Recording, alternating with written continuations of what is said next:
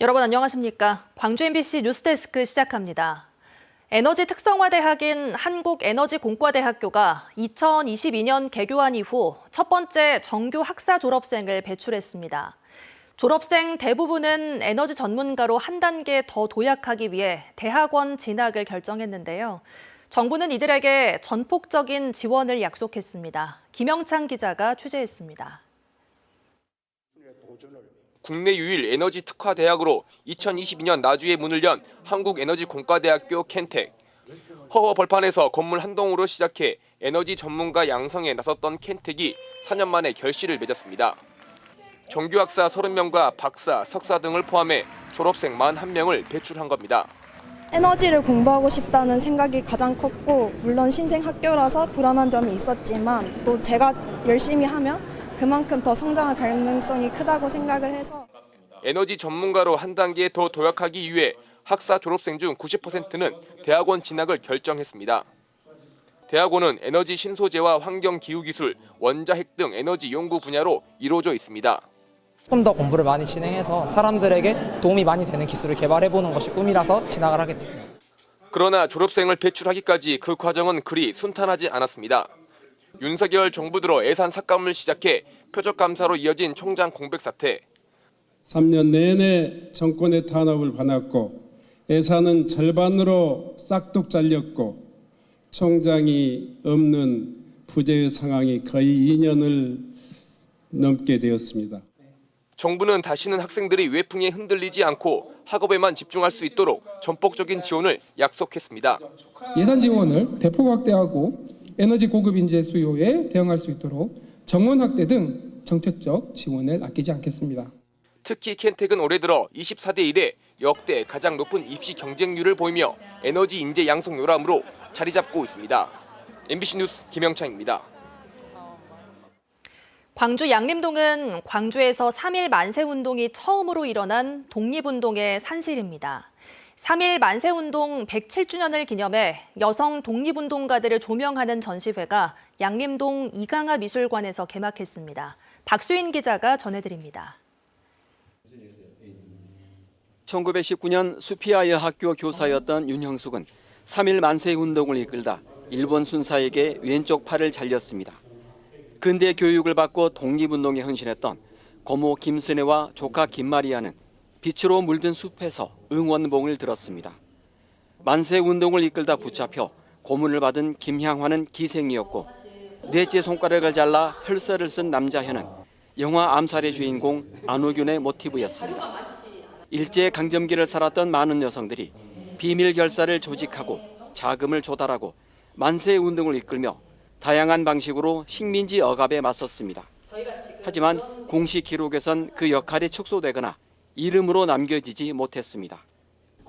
이번 전시는 역사의 주변부에 머물러 왔던 여성 독립운동가들의 존재와 삶을 예술의 언어로 소환해 보여줍니다. 전시에 참여한 3명의 작가들은 서로 다른 시기에 만주와 안동, 나주에서 각각 나고 자랐습니다.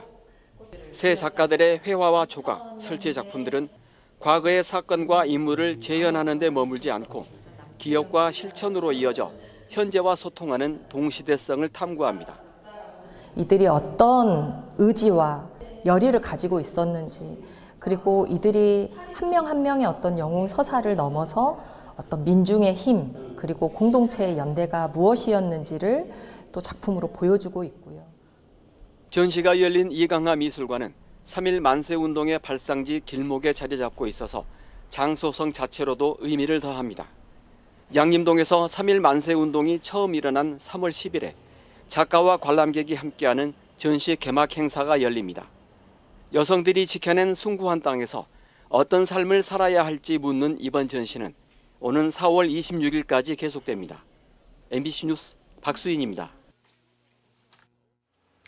민주당 서울시장 후보로 떠오르고 있는 여수 출신 정원호 성동구청장의 구청 힐링센터 조성을 놓고 정치권의 공방이 확산되고 있습니다.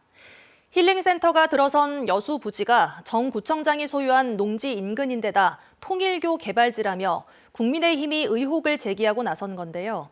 정 구청장과 민주당은 억측이라며 반박하고 있습니다. 김종태 기자가 취재했습니다. 여수시 화양면 장수리 일대 이곳 900여 제곱미터 부지에 성동구청 힐링센터가 들어선 건 지난 2019년입니다. 당시 정원호 성동구청장은 모두 43억 원을 투입해 이 시설을 완공했습니다. 최근 이 힐링센터 조성을 두고 여야 공방이 확산되고 있습니다. 국민의힘 안철수 의원은 자신의 페이스북에 기초자치단체장이 만드는 주민휴양시설을 정 구청장 고향인 여수에 나아가 구청장 소유의 농지와 가까운 위치에 성동구 공금을 들여 건설했다고 주장했습니다. 이어 더 큰 문제는 힐링센터 시설 부지가 화양지구 통일교 개발지역과 겹친다며 이해 충돌 의혹까지 제기했습니다. 민주당은 이에 대해 즉각 반박하고 나섰습니다. 최현일 의원은 힐링센터 부지는 통일교 개발지가 아니라 여수교육청이 소유했던 폐교 부지라며 명백한 국공유 재산을 공공 목적으로 매입한 것이 특정 종교와의 유착인가라고 반문했습니다. 또 힐링센터 입지도 구청장 개인이 마음대로 정한 것이 아니라 성동구민들의 온라인 투표를 통해 공정하게 정해졌다고 밝혔습니다. 논란은 24일 김재석 국민의힘 의원의 정 구청장 농지 문제 제기로 촉발됐습니다. 힐링센터 인근 정 구청장 소유의 농지를 두고 이재명 대통령이 농지 투기에 애외 없는 발본세군을 천명하는 상황에서 태어날 때부터 농지를 보유하고 있다며 50년 넘게 방치한 자당 소속 구청장이 조사 1호 대상자가 돼야 한다고 정 구청장을 공격한 겁니다. 정 구청장은 이에 대해 자신이 소유한 농지는 지난 1994년 농지법이 만들어지기 전에 증여받아 법적으로 아무 문제될 게 없다는 입장입니다. 민주당 내에서는 사실이 아닌 내용을 가지고 여권의 유력한 서울시장 후보를 견제하려는 얄팍한 실수라며 강하게 대응하고 나서 여수 출신 서울시장 후보를 둘러싼 논란은 당분간 이어질 전망입니다. MBC 뉴스 김종태입니다. 나주의 한 반려견 놀이터에서 낚싯바늘이 들어간 빵이 발견된 사건을 수사 중인 나주경찰서가 60대 남성을 붙잡아 조사하고 있습니다. 경찰에 따르면 이 남성은 지난 14일 오전 나주시 금천면의 한 반려견 놀이터에 낚싯바늘이 들어있는 빵을 버린 혐의를 받고 있습니다. 반려견 놀이터가 조성된 이후 개 짖는 소리가 시끄러웠다는 남성의 진술을 확보한 경찰은 정확한 사건 경위를 조사하고 있습니다.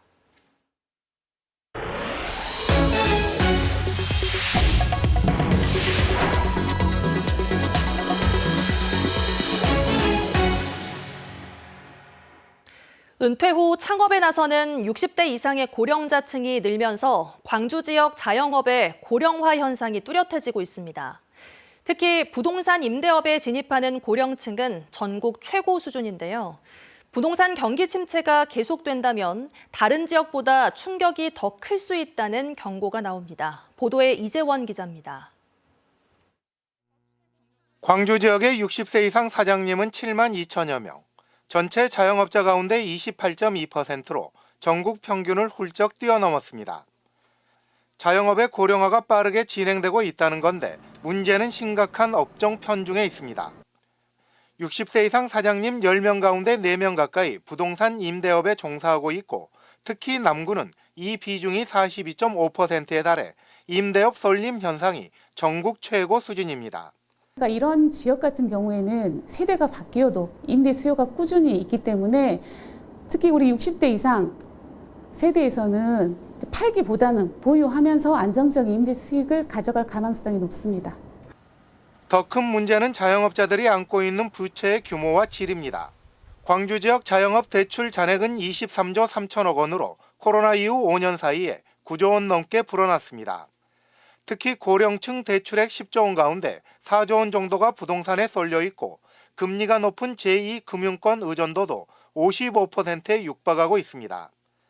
그만큼 금리 인상과 공실 사태에 따른 연쇄 부실 우려가 다른 지역보다 크게 나타날 수 있다는 얘기입니다.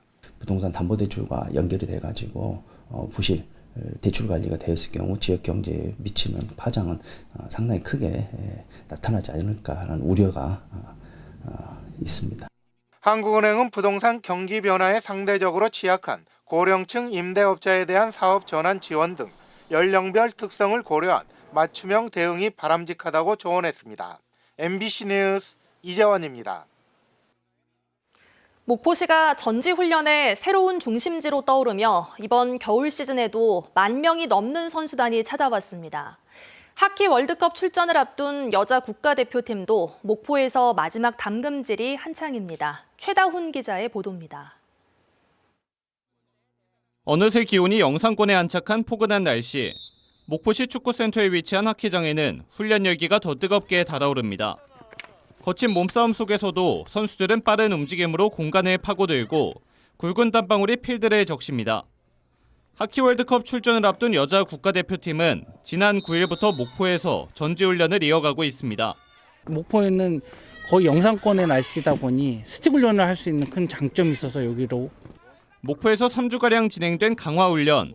함께 땀 흘리며 쌓은 유대감과 연습 경기를 통해 다져진 전술은 우리 대표팀의 강점으로 자리 잡았습니다.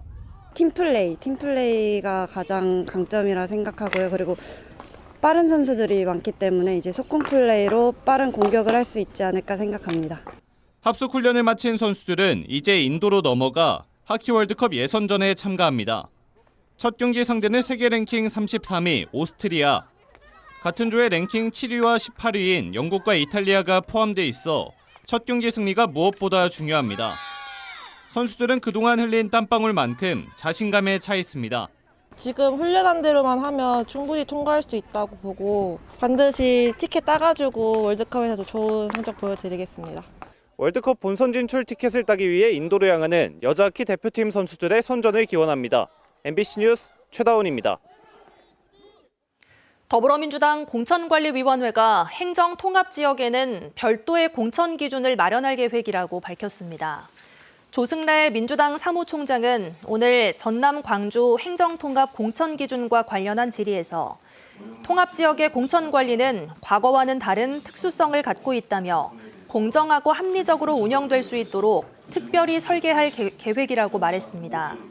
그러면서 공관위 회의를 거쳐 다음 달 2일쯤 경선 대상과 일정, 방법 등을 발표할 예정이라고 전했습니다.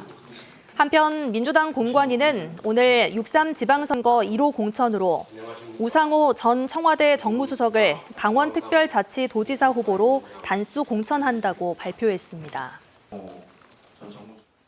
광주과학기술원 지스트가 신체와 뇌의 상호작용 원리를 규명할 기초과학연구원 캠퍼스 연구단과 융합신경생리학과를 공식 출범했습니다. 세계적 권위자인 서성배 단장이 이끄는 연구단은 마이크로바이옴과 뇌 사이의 신경회로 작동 원리를 밝혀 비만과 당뇨, 섭식장애 등 현대 질환의 근본적인 해결책을 찾을 계획입니다. 지스트는 연구와 교육을 통합한 융합 시스템을 통해 미래 뇌과학 연구의 패러다임을 선도하고 차세대 전문 인재 양성에 박차를 가할 방침입니다. 광주시가 보행자 중심 도시를 만들겠다며 대자보 정책을 추진하는 가운데 정작 보행시설물 관리는 부실한 것으로 드러났습니다. 광주시 감사위원회는 많은 시민이 이용하는 버스터미널, 광주 송정역 등 주요 지역의 71.5km 구간을 현장 점검한 결과 보도 파손과 도로 단전, 점자 블록 미설치 등 모두 340여 건의 관리 부실 사례를 확인했다고 밝혔습니다.